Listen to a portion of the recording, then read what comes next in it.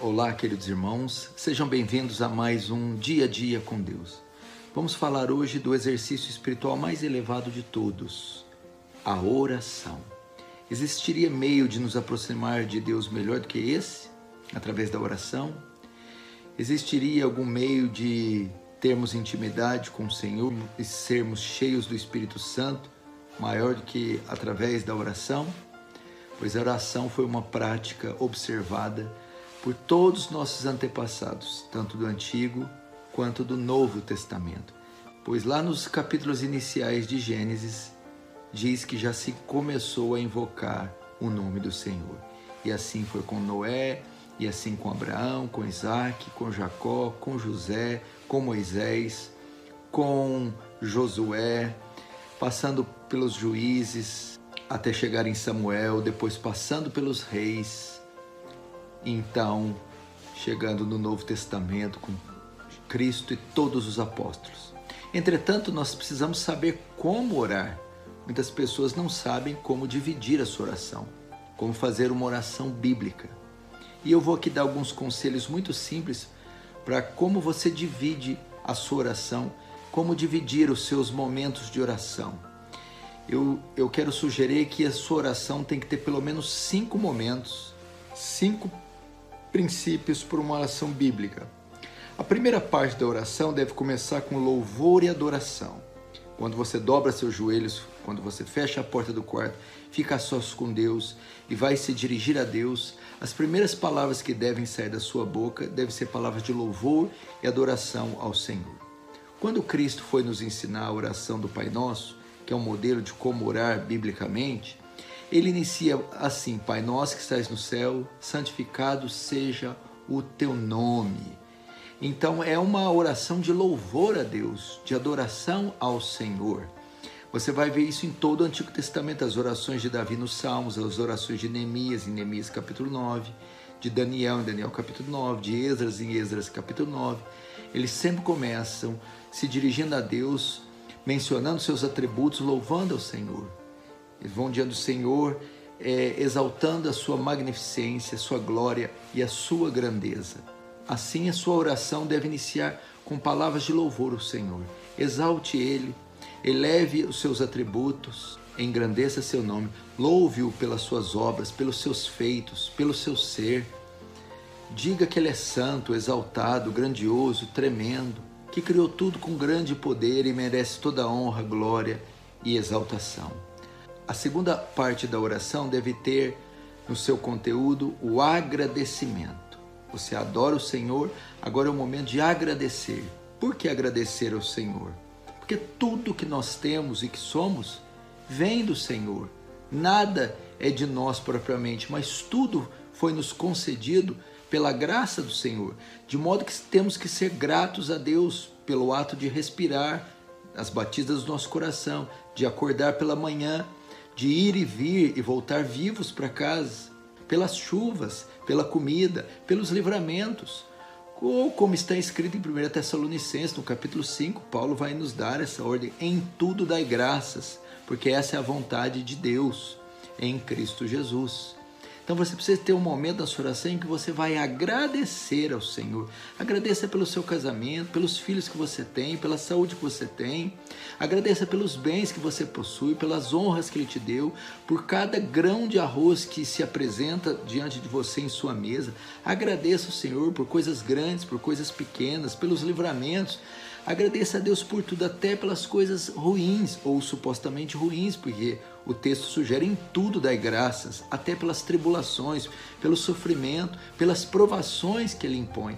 Então tenha um período ali na sua oração e um momento de agradecimento. Terceira fase da oração deve ser dividida agora no arrependimento. Nós não podemos chegar a Deus de qualquer maneira. Nós pecamos todos os dias, não é verdade? A Bíblia diz que não há um santo só, não há um justo, não há quem não peque. Nós pecamos, somos pecadores. E a Bíblia diz que Deus é santo. Ser santo que significa ser separado, distinto do pecado. De modo que Deus não tolera o pecado. E Abacuque 1,13 diz: tu é tão puro de olhos que não pode contemplar o mal.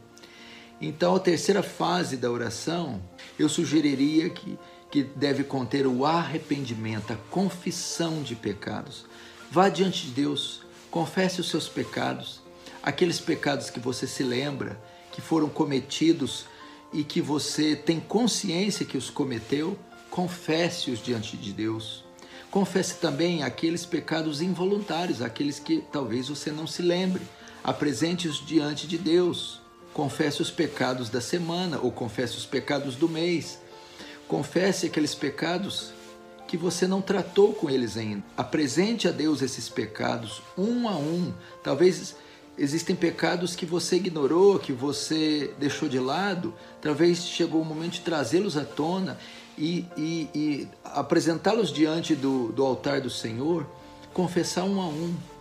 E depois de confessar, arrepender por cada um deles, pedir perdão a Deus por tê-los cometido. Diga: Senhor, eu pequei, eu fiz, eu transgredi, eu errei com o Senhor, mas eu me arrependo. Vou diante do Senhor confessando cada um desses pecados e pedindo o perdão deles. Então, a terceira fase da sua oração deve conter a confissão e o arrependimento dos seus pecados. Se arrependa até daqueles pecados que porventura você possa ter cometido sem mesmo que você tivesse ciência. A quarta fase da oração é dividida na intercessão. É o momento que você se coloca diante de Deus para orar em favor de algo ou de alguém. É o momento que você vai interceder pelos seus entes queridos, pela nação, pelos povos, pelo mundo. É o momento que você vai se colocar na brecha em oração para orar pela sua mãe, pelo seu pai, pelos seus filhos, pela sua esposa, pelo seu marido. É o momento que você vai dedicar a orar pela conversão daqueles que são alvos do seu evangelismo, amigos, vizinhos ou parentes. É aquele momento que você vai estar diante de Deus para colocar a nação quando passa por uma crise ou uma situação de crise em algum local que necessita da oração. É um momento reservado então para apresentar a Deus as necessidades de outras pessoas. E por fim, a oração deve conter a petição. Essa é a mais fácil, mas nem por isso ela deixa de ser bíblica. É o momento que você separa para apresentar a Deus as suas necessidades. A oração do Pai Nosso, o Senhor ensina isso. Nós apresentarmos a Deus as nossas necessidades. Porque está escrito: o pão nosso de cada dia nos dai hoje. E também, Filipenses 4 diz que não andeis ansiosos por coisa alguma, antes sejam as vossas necessidades apresentadas diante de Deus por súplicas e petições. É quando você coloca diante de Deus as portas que você precisa que se abram.